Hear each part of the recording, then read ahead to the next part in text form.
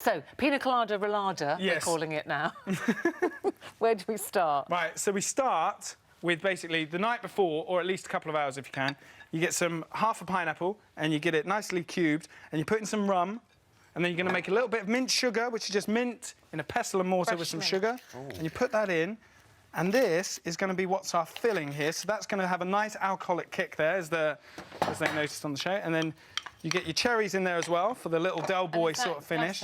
Glacé cherries, like you have when you finish the thing. And that's going to basically, with some whipped cream, oh, that mint, put into the really fridge. smell that. Yeah, no, and the alcohol coming through, that'd be nice. So you just keep that in the fridge. Now, Rylan, would you mind just stiffening up my egg whites there? Yeah, sure. You probably did that with your dancing, to be honest. Yeah, can we get some music for this, please? Can we get the Pina Colada music as well? You do need that. That's right. Oh, Rylan, they're done. Look at that. You're a genius. Now... Thank you. We can cut the music now, guys. Thank you. The eggs are over. To check there's 3 golden rules to meringue. You need a clean, grease-free bowl, and then when they're kind of whipped stiff enough, you see they're kind of stiff and satiny and silky, you should be able to turn it upside down like that. Yeah. Yep, good. That's so my they're mixing good. skills, though, Leon. Now, I'm not going to lie. come here, Rylan. Right, the other key thing to... Get your coconuts The other key thing to meringue is to stabilise it, and you do that with an acid or a vinegar. And we've got a little bit of cider vinegar here, and that's going to make it just crispy on the outside and nice and chewy in the middle, which is what you want. So we gently fold that in. Yeah. So you're going like that, and that's just going to stabilise it. What it does, the amino acids, it just makes them all a bit stretchier in there, which is what helps with the baking. OK. I love that when it's chewy on the inside of meringue. For the purpose of television, I'm going to do this very quickly. Go on. This is just sugar and corn flour, and you're supposed to fold it in parts, but we haven't really got time for that, so put that in. And then we've got some rum-soaked, desiccated coconut, which is going to give us that nice little kick again in the roulade. And I know this sounds stupid, but if I want to rum-soak some desiccated coconut, do I just put it in a bowl of rum and then sieve it out? You basically just get a bowl of coconut there, splash in some rum, leave it for half an hour. Right, OK. Soak up. No sieve needed. And then we go over to our baking tray, and we put in our delicately folded meringue here.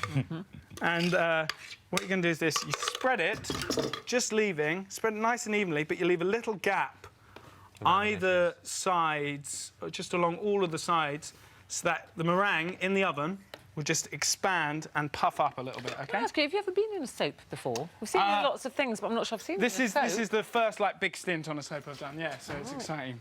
So, the other golden rule with meringues, OK, is temperature in the oven is crucial.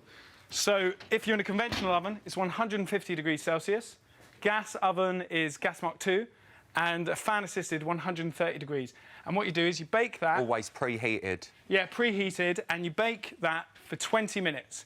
Then comes the key bit, right? So we've just got a bit of colour into it, and now we just want to reduce the temperature.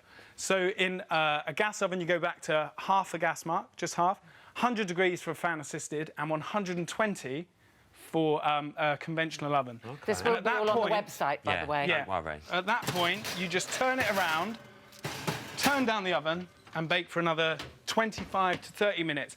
And what you want is it's going to get a little bit of colour.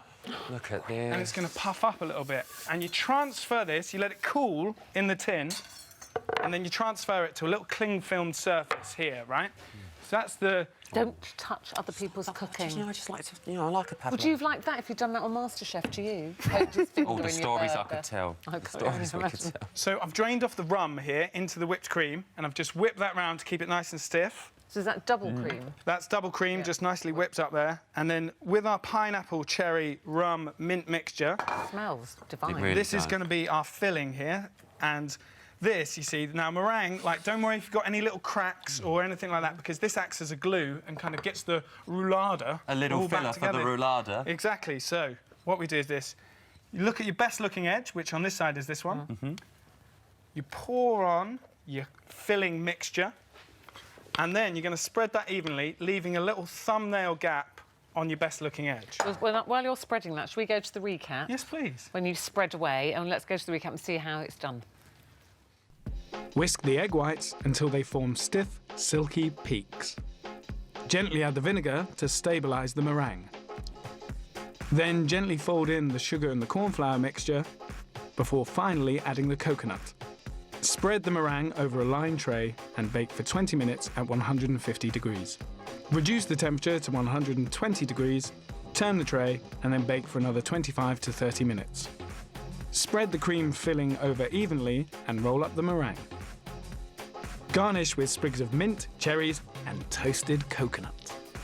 So yeah, there's your finished result, and we've got one here, but I want to know how to roll it. OK, so with the cling film surface, all that matters is this. You use the cling film to help you.